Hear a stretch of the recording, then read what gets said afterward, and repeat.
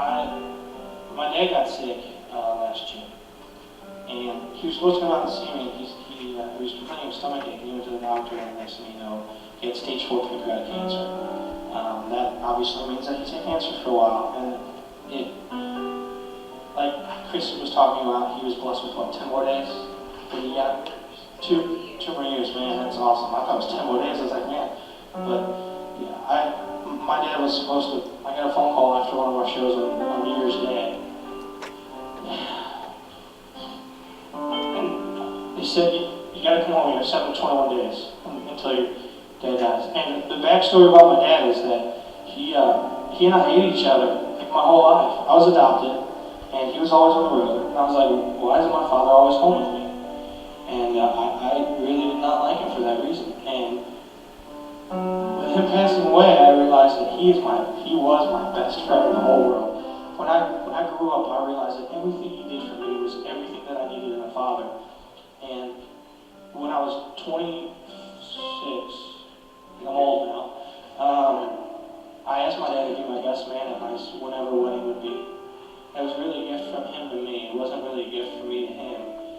And he was like, are you kidding me? I said, no, you don't have to plan my bachelor party. We don't have to go out to the clubs with you, because that would be awkward. But I want you to stand next to me, and I want you to hand me that ring. Because that's really what's important to me, is that you're just standing right next to me. And on March 31st, I kept driving 6 hours every weekend to go see him. And he kept getting better. Like, he didn't pass away. He got 3 more months. And he kept making these goals. I want to make it to Valentine's Day. I want to make it to anniversary of, the 75th anniversary of him and my mom. I don't even know how long they were married, but he kept making these goals and he kept doing it. And I kept thinking, it's gonna go away. And then I got a phone call on a Tuesday at 4:50 and said he took his last breath. But the most amazing part about the whole thing was everything that I learned through my father over those 9 months. And when he was in a coma and he kept coming in and out, I would call him and I would just talk to him. And I realized I had more and more stuff to say to him. And my mom asked me to pre-write the eulogy, meaning the obituary. Imagine writing your father's obituary before he's passed away. And so I wrote that. And then I sent it to my mom, and I said, let me talk to Dad. He was in a coma at this time. And I just told him a million things. And 5 minutes later, he woke up. And he said, Darren, he fell back asleep. That was the last word he said. But every time I would say goodbye to him, I made sure the last thing I said to him was, I love you. Because it's the last thing I wanted to hear my father say for the rest of my life. He passed away, but he gave me all the strength in the world to continue on. And there's a saying in my bathroom mirror. If you're ever lucky enough to be in my bathroom, I guess, you'll see Jimmy Valvano. He was a famous sports figure, said the words, don't give up, don't ever give up. And every day I look in the mirror and I tell myself that, because I know that he would never give up, and so I can't give up. So this song's called 3 a.m.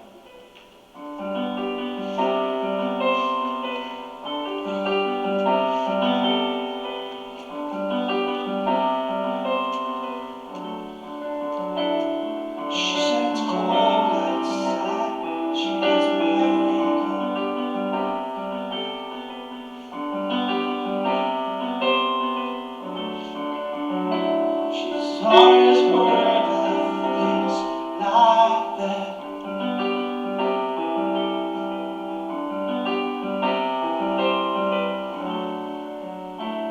She said it's wrong and it might as well be my fault.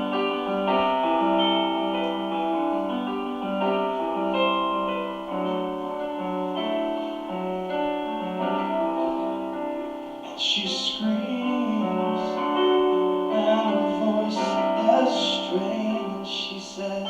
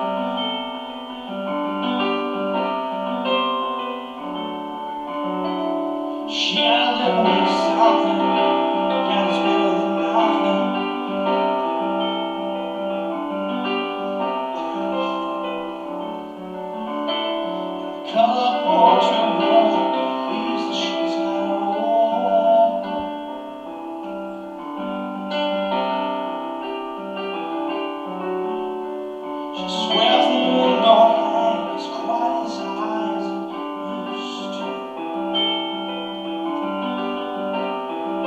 She only sleeps when it's raining, and she screams, and her voice is strange. She says, it's real, I must be lonely. She says, baby, I can't help but be scared of an old sometimes. But I'm not sure I believe it.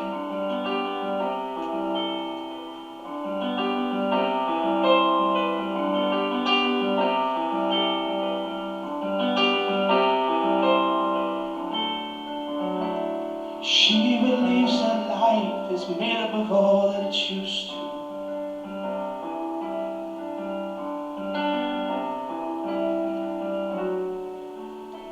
And the clock on the wall has been stuck at 3.